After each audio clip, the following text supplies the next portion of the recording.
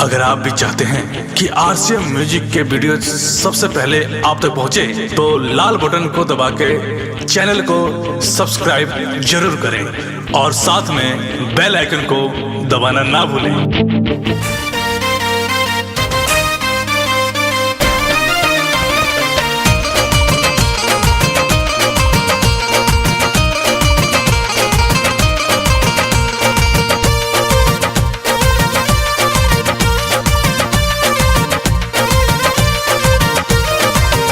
उड़े हडदी कहाँ दे उड़े गडदी कहाँ दे उड़े ना, कहाँ उड़े हडदी कहाँ दे उड़े गडदी कहाँ दे उड़े ना, कहाँ दे उड़े ना।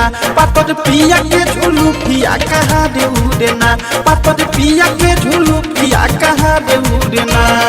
अंगना उड़े हडदी दुआ दे उड़े गडदी के सज पौड़े ना, अंगना उड़े हडदी दुआ दे उड़े गडदी के सज पौड़े ना, रे सज पौड़े ना। पातर पिया के झुलू पिया रे सज पौड़े ना, पातर पिया के झुलू पिया रे सज पौड़े ना।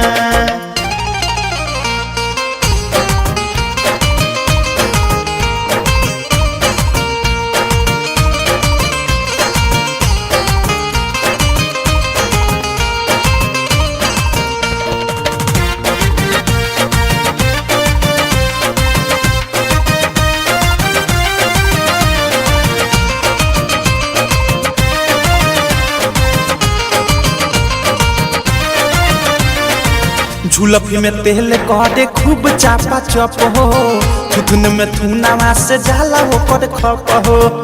ए सखी सुना ना, झुलफी में तेल कह खूब चापा चप हो, थुथुन में थुनावा से जाला हो कर खप हो। चील गाड़ी उड़ देखी एक टके घूरे उ सवखिया घूरे ना, चील गाड़ी उड़ देखी एक टके घूरे उ सवखिया घूरे ना, उ सवखिया घूरे ना। पातर पिया के झुलू पिया रे सज पौड़े ना, पातर पिया के झुलू पिया रे सज पौड़े ना।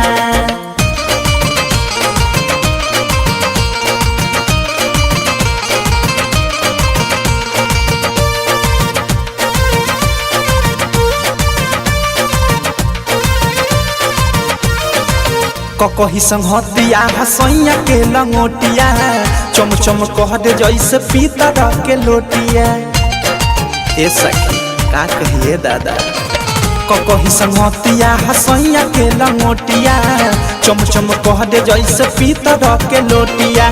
बेनावा से सूख जैसे पसरल पसेनावा जियारवा जुड़े ना, बेनावा से सूख जैसे पसरल पसेनावा जियारवा जुड़े ना, रे जियारवा जुड़े ना।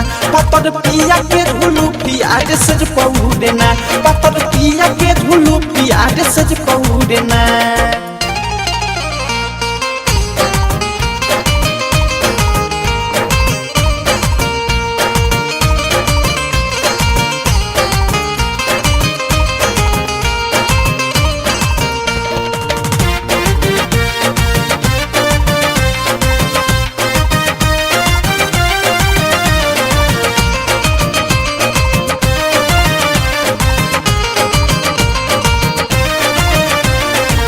अवधे से प्रेमी सवखीन हवे बाल के, संगत धइले जब से बीकी विशाल के। आहिरे दादा अवधे से प्रेमी सवखीन हवे बाल के, संगत धइले जब से बीकी विशाल के। बीकी अनुराग हो जा कोल मोड़ा भाग रोज दहिया तूरे ना, मुकुंद यहड बिंद हो जा कोल मोड़ा भाग रोज दहिया तूरे ना, दे दे दहिया तूरे ना। पातर पिया के झुलू पिया रे सज पौड़े ना, पातर पिया के झुलू पिया रे सज पौड़े ना।